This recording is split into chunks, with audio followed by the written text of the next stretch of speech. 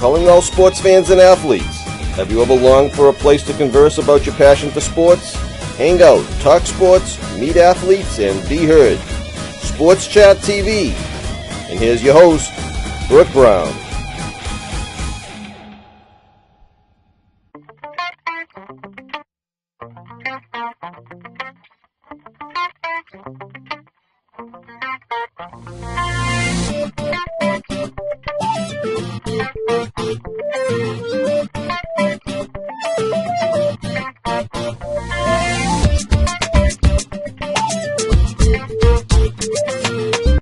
All right, my name is Fontaine. I am born and raised in Massachusetts. I follow the Sox, Pats, Celtics a little bit, Bruins a little bit. Casual fan of the UFC. I've trained Brazilian Jiu-Jitsu for a little over 2 years now, so kind of by default I've become a little bit of a fan of that. But prior to starting to train, I catch a fight every 5 months if I was lucky. But, kind of general fan of most sports. Marc Guzman, born and raised Los Angeles. I'm a huge Dodgers fan and a big Lakers fan. I mostly just follow baseball, but I do kind of get into college football a lot as well, and some basketball, not much though. Dodgers, Lakers, Bruins, Ducks, Galaxy, I guess. Rodney Pike from Louisiana, and I don't know, my interests in sports are a little bit different. I'm into the UFC big time. I love the UFC or any MMA. I love track and field. I don't keep up so much with the football and basketball and such. I do enjoy watching basketball. I don't know much about the teams and all that, but I'm really a UFC guy.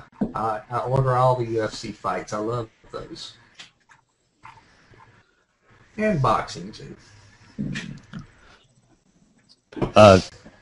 Tim Jones, Atlanta, Georgia. I like boxing, MMA. When it comes to football, I like the silver pants and the red and black jerseys. The guys with the green hats are good too sometimes, and baseball and football. I love all sports, as you know, from me doing this show, and I appreciate you all being here tonight. I need to brush up on my UFC and MMA, but I do love some boxing, so I'm great to talk to you tonight. Yeah, and we need more women like you in the world that are interested in sports. I'll clap for myself there. No, I'm right there. I'm stride for stride with you on that. So my first question tonight would have to be, how do you guys feel about boxing, and why is the popularity overall declined, and why have we turned to this MMA and UFC fighting that we see today? Is it because boxing is not like it used to be? Is it because we can't seem to get Mayweather or Pacquiao to fight? What is the ticket to what's going on with boxing, UFC, and MMA these days as we progress with the sport? Are they not what they used to be? Please tell me. Well, I think, again, as somebody who trains a little bit and, follows it, like I said, casually, I think that boxing, even though it's a very well-defined craft with a lot of technical aspects and things like that, it is, at some way, its value, a little one-dimensional. And I'm saying that as somebody who was never really a boxing fan. I mean, I watched Tyson when he was doing his thing all those years ago and stuff, but I wasn't, like, a fan. But for one reason or another, the dynamic elements of there's the possibility that in MMA the guys are going to stand up. There's going to be the guy that's strong in wrestling. There's going to be the guy that's strong in jiu-jitsu. And so there's, like, layers to the type of the type of display you're going to see out there. Many different directions a certain fight can go. Yeah, it just fight, you can have a stand-up swing fest or a kick fest or whatever. Yeah, there's so many elements to it, and so many different skill sets. Right, and submission can happen. yeah. a knockout can too, though. Sure, absolutely. Sure. Yeah, I grew up during the era of the greats. Ali and Foreman and Holmes and all those, and I don't think we'll ever see that again in boxing. But UFC, there's so much skill involved. I really admire these guys, and the shape that they get in, the physical shape that they have to get into to do that is incredible. And to that point, they also need to be versed in all the various layers. Like, if you're just like one-dimensional, like, if you look at somebody, that's a stand-up artist, a guy who has made his game on, a strong right hand, or whatever. Now that, some of these guys that were like beasts just like 2 years ago are kind of not looking so untouchable because there's somebody who can get them down or somebody who's doing things that they haven't seen before. And maybe they're good at 4 phases of the game, but their wrestling defense is wretched, and therefore the guy gets them down, subs them, or whatever. Kind of like Rampage. I mean, he's got a killer right hand, but he has no ground game at all. But I really enjoy the guys like Silva. The killer knees on that man. But in the early days, when Gracie was the king, the fights didn't last 20 seconds. I mean, right. It's amazing how they've evolved into some are 5-minute rounds and they go 5 rounds. Yeah, that takes a lot. Why do you guys think that boxing has become the background, and now you have UFC, MMA, and all of that comes with it? Is it the reality show? Is it the marketing? Is it how they're able to, make money off of UFC and MMA today? What is the ticket, and why is boxing not as popular as it once was? Yeah. I think it's definitely a combination of all those, but I think the younger generation, they're kind of losing touch with the older kind of style of, pugilism, standing face to face and throwing blows. Whereas, right. A lot of these, like, especially since the 70s, you see a lot more, like, kung fu type movies and stuff. And I think maybe people that are kind of gravitating towards that kind of stuff are influencing the sport. Well, I also think that it's kind of like, in some ways, you don't get to see these guys get, some of the guys that you see, some of the guys that are leading off the card, on these events in boxing, they're 22-0 or 30-1, and in some ways, you don't necessarily know how they got there because they did a lot of that in a channel that maybe we didn't see if you're not like a diehard fan. Whereas, within MMA, I think there's a case where, obviously with the reality show and things like that, and some of these other affiliate companies that have kind of been all, merged into the bigger one or whatnot, you get to see some of these guys come up. A lot of it is marketing. Oh, yeah. Well, boxing didn't have any marketing, really. But for the old guys, and Brooke and I have talked about this before, there was a fight Saturday night in which everybody watching, announcers included, gave the fight.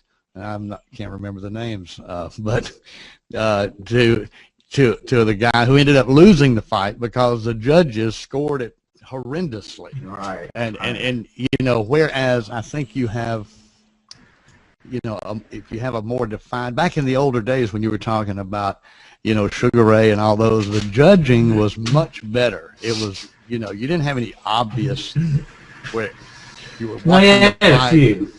A few, but it was not, it's gotten really bad now. It's funny because that has been one of the biggest Achilles heels over the last, I'd say 6 months as a casual observer, is that, I think you've heard some of the highest ranks and files say, don't let it go to the judges, you know, for that very reason. Exactly. Right. But nowadays, why do you need a judge? You've got CompuBox, you've got all these things that score the fight round by round. Yeah, and they won't use it. You know, that's right. You've got they can. I mean, they can calculate every single strike in an MMA fight, but yet they depend on people to count them, which is really they're not accurate, you know. No. And then it's there's a lot of dancing going on in the boxing ring nowadays. I watch boxing to find where the two guys can stand up and slug it out. Yeah. You know, when you get into a fight in which some guy is grabbing other guy and they're dancing around the ring, and they have to be broken up through 12 rounds, and then, that's not a fight to watch. Right. And so fighters should learn to not only they're showman in a way. You're there to fight, but you're there to put on a fight that people want to watch. Exactly. Yeah. I think these young MMA fighters too are just they're seriously hungry. I mean, they're just savages. Oh yeah. You know. So it's made for some really exciting fights. Well, that brings up an interesting point. Now, if there was a fight such as if Mayweather and Pacquiao were to actually go at it, would that make the popularity go back to it, or do they need to both have reality shows? I mean,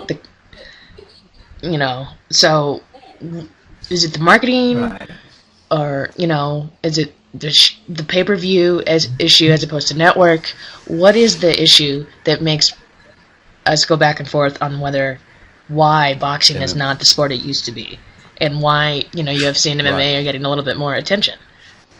I think it might be. Well, you got to go back to the core again. You've got to have a fair game in which it's called fairly, so that people feel like when they sit and watch a match that it's going to be an actual match. But to the point of if they had done that, they did do it, and they did it a little late, but they also did it in the venue that they call home, which is like, pay cable, Exactly. Whereas if they had done it on something that was maybe a little bit more readily accessible, it would have had a broader scale and scope and audience and viewership and maybe reacted better. I mean, honestly, I think since they've moved to Fuel, speaking of UFC, I mean, Fuel is like built their whole, obviously it's Fox and whatnot, but they've built their whole new.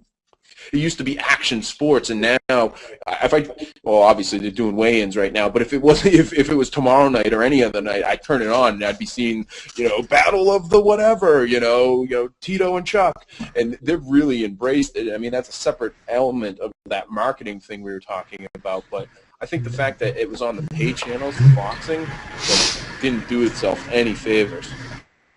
Right. Yeah. Wasn't the Contender on FX or something like that? Was it? ESPN. Okay, yeah, there was that one. But I forgot about that one. Yeah, but 24/7 is really a promo upcoming fight. When they do 24/7 weeks ahead of a fight, it really just promotes the fighters and that upcoming fight. I started watching those when Pacquiao fought De La Hoya. Yeah. Is it safe to say in boxing too? There's less players. There's less recognizable entities that are like the people to watch. Isn't it like 5 or 6 guys that are like, I don't want to say household names, but like kind of household names? Yeah, more common than most other boxers. Yeah, there's a couple in each weight division. Yeah, and see, that's the other thing that Tim's kind of starting to get on is I think maybe if they maybe publicized more of the lower weight class fights a lot more, not even a lot more, just more in general, I think a lot more people would pay attention to stuff like that. I mean, I know I would. Like, I'd love to see, and also, something else I wanted to add, just ever since, the days of the Coliseum and the Gladiators, people want to see blood. People want to see people get knocked out. You don't look that old. I think that's why that might be why they gravitate.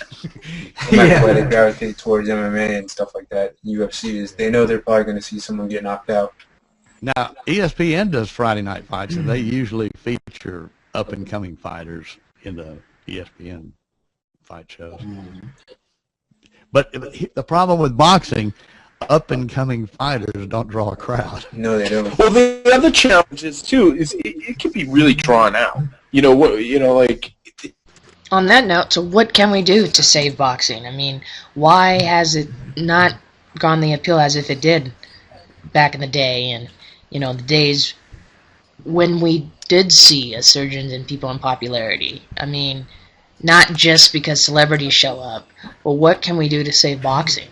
And, prove to the people that like UFC and MMA that boxing still needs to be watched. Well, I think boxing is definitely on life support right now. And I think it might be a little bit of both because of that. What's that? So if they can kind of continue the hype machine a little bit, it will, when it finally does happen, it'll be all the more well-received and successful. They'll get 5 million pay-per-view purchases instead of 3 million, Yeah.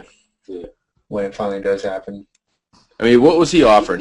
What did he want? He wanted, he was trying to do, a 70-30 or a 60-40 or something like that? I think 70-30. And then what Pacquiao come back with and said, I'll get guarantee me $50 million and I'll do it or something? I think he asked for some sort of guarantee. Well, he initially came with $40 million and nothing of the sales. And Pacquiao said no, but then I think he came back and said, well, I'll take the $50 million. And we split the sales, and it just seems, I don't know. Yeah, it was a long, drawn-out thing with no results. Well, I was lucky enough to do a hangout with Freddie Roach there one day, Oh, yeah? and they brought that up, and he was like... He's on here? No, the guys out west, kind of will pull people in once in a while, and he was one of the people that they got.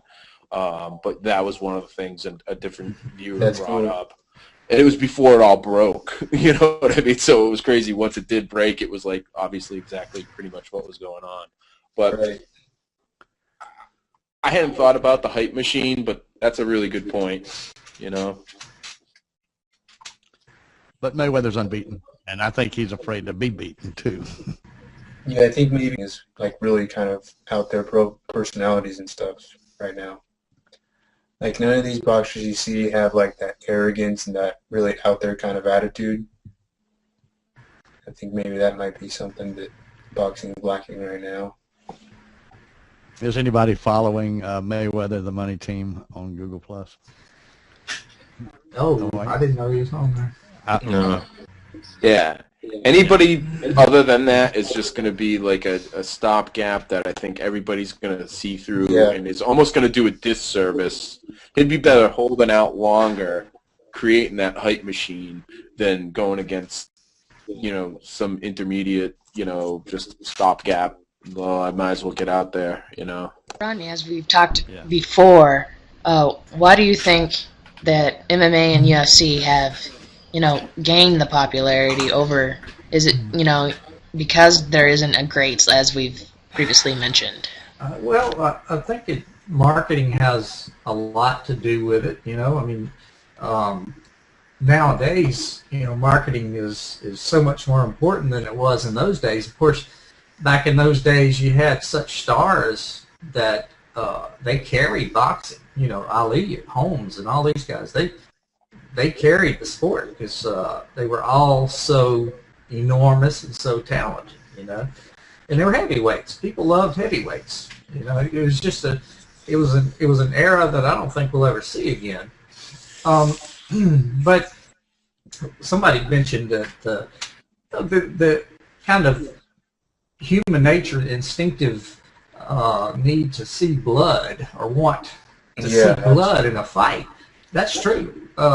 Absolutely. I think people want to see savages get in there and just, use every skill that they know to take that other person out. Well, and I think that's why so many people were so big on Kimbo Slice when he first entered. Yeah. Because he was known for just ripping heads off and knocking people out. Right. Well, one thing that the golden era guys didn't have to deal with is a competition in the form of a different thing doing what they do, but doing it different, and some may say better, some may say worse, but they didn't have MMA to go against. Honestly, I think had they might not be as renowned. I mean, maybe not, but, revisionist history is what it is, but like, there's no way to tell. But I mean, that's a big factor in this. If MMA was just like a fart in the wind, I think the scene in boxing would be a lot better than where it's at. Simple as that. You brought up a good point earlier, though, and I watch every boxing match I can, but I primarily am watching HBO and Showtime. It's like you said, it's in pay cable veins. You do have ESPN, but those are up and coming fighters. If you have a pay-per-view event, it's going to be on, HBO or Showtime pay-per-view.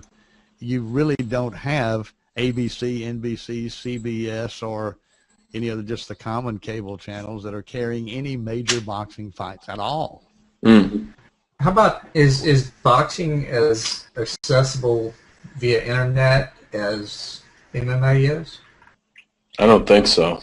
No. Yeah, you can watch fights on your iPad. With MMA. That's something that's becoming more and more important every day now. Even to the point of wireless devices.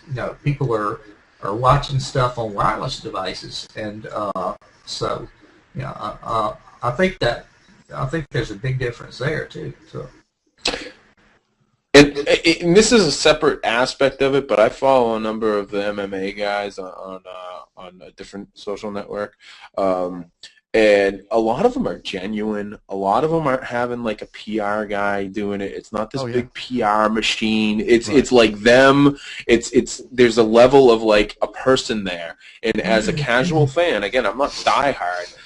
It relates to me a little bit more, and if they do that across 10 other people that are casual like me, it rolls out. Whereas I think some of these boxers, I follow some of them too. It seems like it's more of like a non-genuine PR machine. I mean, some of them, you get a little like, okay, there's a guy there, I get that, but a lot of it just seems like there's a publicist saying, okay, you better tweet out that you're going to be at blah, blah, blah kind of thing. And that resonates with people. Yeah, if you don't have a manager in boxing, you're not going to fight. Yeah. You got to have a manager and trainer and the whole crew. And there were some bad experiences with some of those trainers and managers too in the past. So. I may have mentioned this before, but I recently have spent some time in Vegas, living there as well as visiting there, and UFC has gained a lot of popularity. Do you think that because Brock Lesnar and a lot of them known as some great, fighters really brought the UFC and MMA to the forefront? Is that where you stand now? He brought. I don't think of him, and maybe I'm biased, I don't necessarily think of him as one of the greats. I think he's been one of the greatest crossover mechanisms because he pulled in that different audience. But I wouldn't put him in the likes of, Chuck and Rampage and Tito and the kind of like that older guard. But for the purpose of bringing a new audience in, I think he hit it out of the park better than anyone else. Oh, that was huge marketing there. Yeah, but I agree with you. I mean, he wasn't a great. I don't think he was a great fighter. Like Chuck Liddell and Randy Couture. Yep, Randy. Great fighters. And Randy Couture especially is just a prime example. Hendo,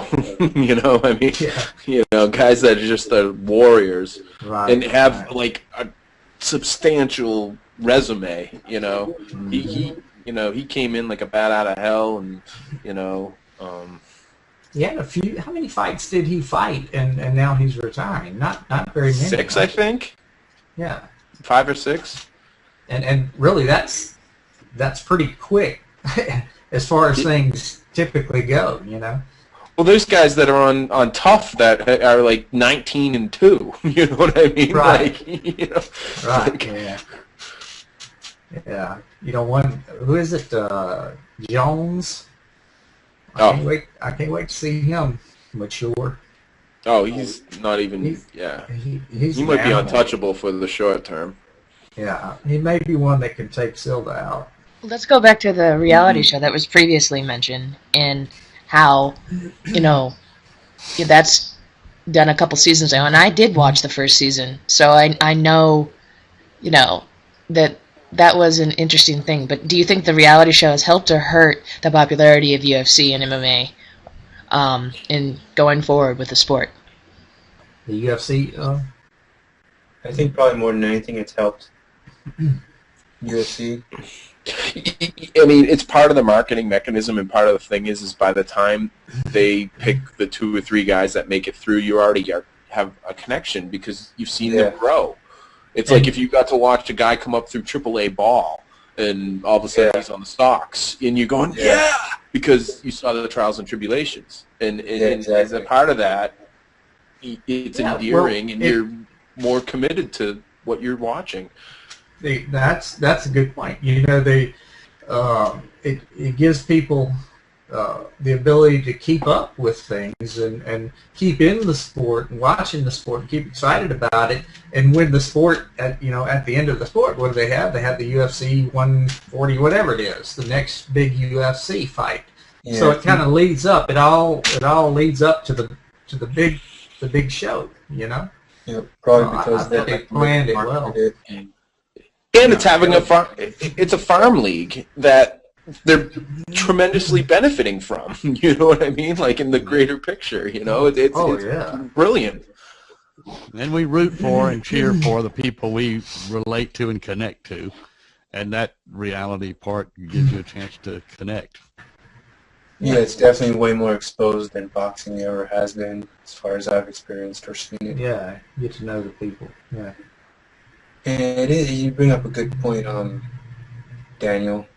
That when you are connected with someone, like a public that has a public kind of figure about them, you really do kind of feel more connected to that fighter or that band or that singer or whatever it might be that you follow, maybe on Twitter or whatever they do. And that's what all the celebrities are, and the only social networks they're really ever seen on is like Twitter. Some of them on Facebook, but also, just getting that connection with them it's pretty big to people, because it's like so many people are just so untouchable and unreachable. You can't really talk to them like on a person-to-person basis, and when you are able to finally connect with someone on that level, it's pretty cool. As you guys know, my goal with this show is to bring fans and athletes together, and I'm wondering if you guys have any input on how we can get athletes to enjoy Google Plus, this experience as much as we do. Is it because we're used to the face-to-face contacts via Hangouts, or what is the best way to alleviate that stigma around social media, and how it can help or hurt the industry in sport, especially these sports that don't get the exposure as others? Talk to them through Twitter is what I'm thinking. It's the first thing that comes to mind for me. Whoever's on Twitter, contact them through there. Try to get some crazy fan or something. It's going to take the natural progression of this space. I hate to use the word organic for the publicist teams, etc., to get behind. It's these guys only have so much time, and they already are pot committed to this other entity that is working, good, bad, or indifferent, and they expect them to add yet another layer. Heck, I mean, regular people come here and don't know what the hell to do and leave, and don't come back. Don't have you know time. What I mean? And and exactly, Tim, and I mean, there's definitely an inherent challenge there, but I think the strength of what we're doing right now is again, they call it the killer app and this, that, or the other thing, and I think it is the strongest element here. And I think in time, it's going to take a little bit, and hopefully we can hang in there, and the space can hang in there, but I think eventually we'll start to see it. There's been a few athletes, right, that have done it, but the athletes on here on Google Plus, when the NBA lockout was continuing, I know I saw Dwayne Wade, Chris Paul, and LeBron James hanging out here on Google Plus, which is great to get the exposure, because they were thinking about going overseas to do a tour, as if the lockout were to not have a season all season instead of half the season. So I know there's definitely some athletes out there willing to use this technology, but why do you think that you know, these athletes just stick to the Twitter 140 characters? Is it because, I mean, we all know they're busy, but I mean, in the off season, couldn't they, you know, join and become part of this experiment? It's gonna take somebody like Greg Keselowski, when making a NASCAR reference here, but that was Twittering there Monday night, and you know, kind of gets it. He gets it. You know, good, bad, or indifferent, he gets it. And well, I asked Greg Biffle that, and he just kind of said we're not there yet. I had a good fortune 2 days ago to hang out with him, and you know, Roush Fenway's doing a little bit of a concerted effort with some of the other folks that are in the space that are kind of, you know, saying, hey, check this out. And you know, we said, we go, why didn't you pull it out and do a hangout, you know, kind of thing. And you know, again, I think the stepping stones are there. It's just going to take a few people who are social savvy and willing to kind of take a chance. Heck, I listened to a radio show on satellite radio, and there's a guy who's just behind the scenes that I've been having dialogue with, trying to be like, look, man, I know you get it, but nobody else over there gets it. Let's hang out. You know, let's try to get something. He loves the space, and he's like, hey, I hear what you're saying, but you're not talking about Vic the Brick Jacobs by chance, are you? What's that? You're not talking about Vic the Brick Jacobs by chance, are you? No. This guy's he's one of the personalities that's not necessarily a big time sports reporter. He gets down in the guts of all the sports events and stuff like that, especially here in LA. Might have seen him around. You know, I'll pull up a YouTube video of him or something. Coming back around to answer your question, Brooke, I think it would be identifying a few people from each like major sport that seem to have the finger on the pulse of social, and just not spamming them, but just, you know, trying to see, or if they have a page, trying to engage with them through the page. And, you know, you can't force it. I mean, nobody can, not even their publicists, you know, or PR people or whatever. Something they have in common and enjoy doing. When you live with it, you'll understand why the show. Well, they're going to have to be. They're going to have to be convinced, I think, of the importance of social media in helping, you know, to promote business, all kinds of business. And I don't know if we're quite there yet. You know. Well, you know, and there was an article I read after the fourth quarter of last year that a lot of businesses were canceling their FB pages because it didn't seem to have any effect on their retail sales. Yeah. So if you have a failure on something as big as that, it hurts them to say, well, let's look at this one over here or look at this one over here. You know? What you just got to grow. Yeah, what you just mentioned, though, misses what I think the other one kind of is able to do, which most people who are in sports that have a page or that's ran by somebody else. You know what I mean? That's not them. The other site, in a lot of cases, it's them. Heck, when he was with the Seeds, man, I followed Nate Robinson. That guy was like a tweetaholic. There was one night he went on a bender. He tweeted like 76 times in 5 hours. You know, like, he's somebody, you know what I mean? He apologized the next morning being like, hey, my bad.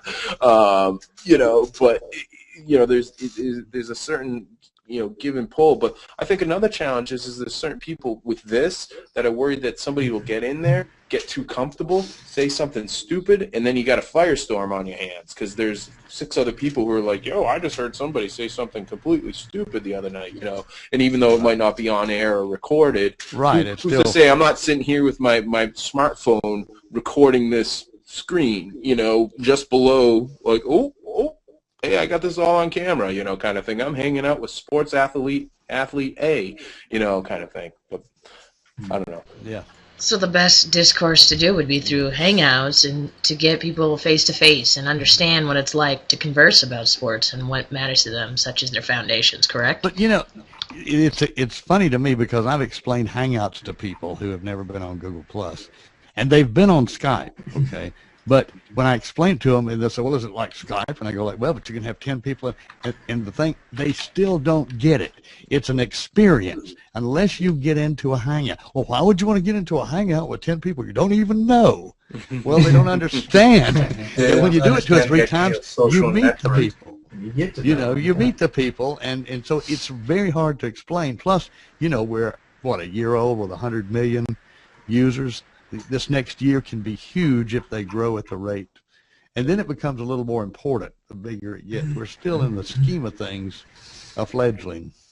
Yeah, absolutely. So with more relevance through popularity comes, more people using this space, correct? Well, the more important it'll be, yeah, sure. The more relevant. Yeah. Well, looking at a different, space, in entertainment, there's people that doing some stuff in the space where they're trying to get various entertainment people, and certain people are like, yeah, sure, I'll give it a whirl, and right away they're kind of like, oh, this is different, and I think they kind of have that light bulb moment. But there's a lot of people that, whether it's them or people that are the powers kind of quote unquote behind them, are like, and I guess that's kind of to the point of what I was saying. I agree with you that this is so much more real, so much more genuine, so much richer level of engagement across all elements, not even just what happens here in a hangout, what happens within the stream. There's so many dynamics. There's times where I see a tweet and I'm like, oh, I wish I could +1 that. Like, I don't want to retweet it, but I kind of like support that, and I'm like, I can't, and you get that here. And I think if the regular Joe, the sports personality, the entertainment personality, and all the people that surround all of that kind of start to get that, I think we got a fighting chance.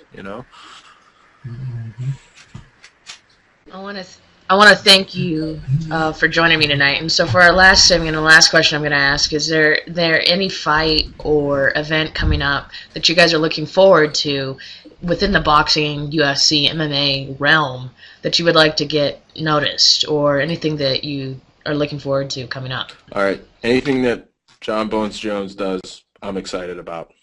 Yeah. People are going to probably roll their eyes at me for this thing, but because of a radio show I listen to, I am a supporter and a fan of Jason Mayhem Miller, even though he got absolutely humiliated by what's his name there in his last fight. So they've given him a second chance, and I'm hoping he'll be a little bit more of himself, because there's not so much of a high profile, like the coaches against each other thing and Bisbing versus Miller and all that. But in MMA, those are the two things. In boxing, I hate to sound bad, but if it, Pac-Man and Mayweather, I'd be happy to, check that out. But anything other than that, I could care less. I'm mostly looking forward to Friday Night Fights tomorrow at ESPN, if I remember correctly.